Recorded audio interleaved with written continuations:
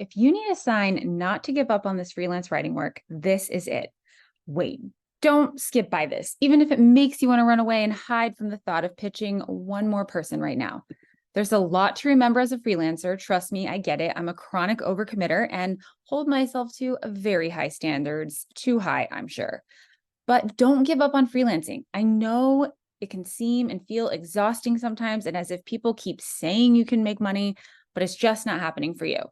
That's why I want to tell you, number one, exactly how I got my freelance business to the six-figure level for 3 years in a row and counting. And two, show you a glimpse of how expert pitching more than doubled my revenue from the first to second year of full-time freelancing. I didn't believe it myself when I looked over the numbers, but each year after that, I've bumped up by 25% as well. I would never, seriously, not in a million years, have believed that this was possible when I started this thing. To be honest, I owe a lot of it to trying and failing and trying again.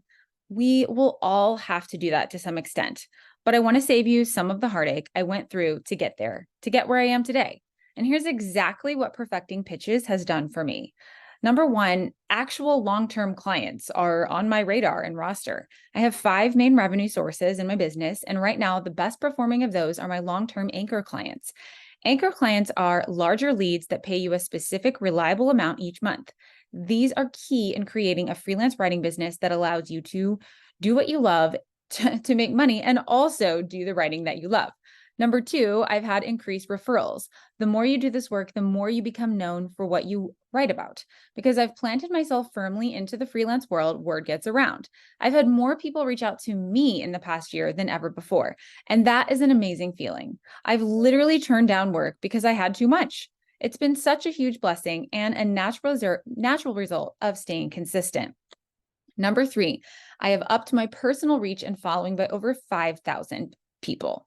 This isn't the hugest deal, but it goes to show how consistency, strategy, and focus on those you want to reach can go a long way.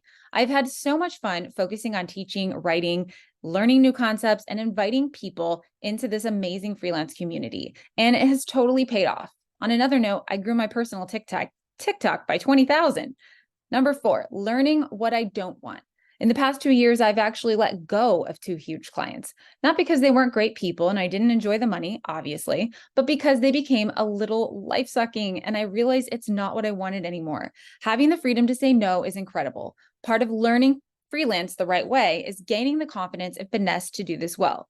Number five, significant industry connections. Part of growing as a freelancer and learning to pitch well is connecting with others who also know what they're doing, folks who may be a little further along than myself or work a different part of the field than I do.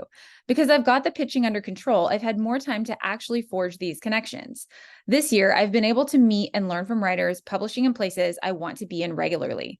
Since I became a columnist for one magazine, I've had access to some incredible other writers that I didn't know before. This has been amazing.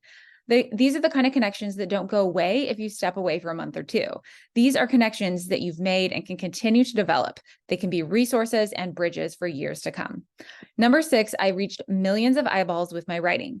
Imagine that many eyeballs on your writing. If you're hoping to write about things that matter to you, learning how to pitch to these ideas and land them in reputable publications, I've got a lot to teach you. In 2023, I've published in over a dozen publications and seen my words reach literally millions of people through these efforts. Words have power, and I'm so thankful I've been able to share what matters most to me with this many individuals. This year, I've been featured in a variety of podcast episodes, interviewed by people's private communities, and even been on television for the writing I did in my recent book release. Will just sending pitches alone do this for you? Of course not. You still have to be putting in the work simultaneously across the board, but there's so much pitching can do for you. These things are the keys that unlocked new doors for me this year and blew last year's forecasted revenue out of the water. So if you want to learn this stuff, sign up for my Pitching 101 crash course, how to write pitches that grab an editor's attention and land you bylines.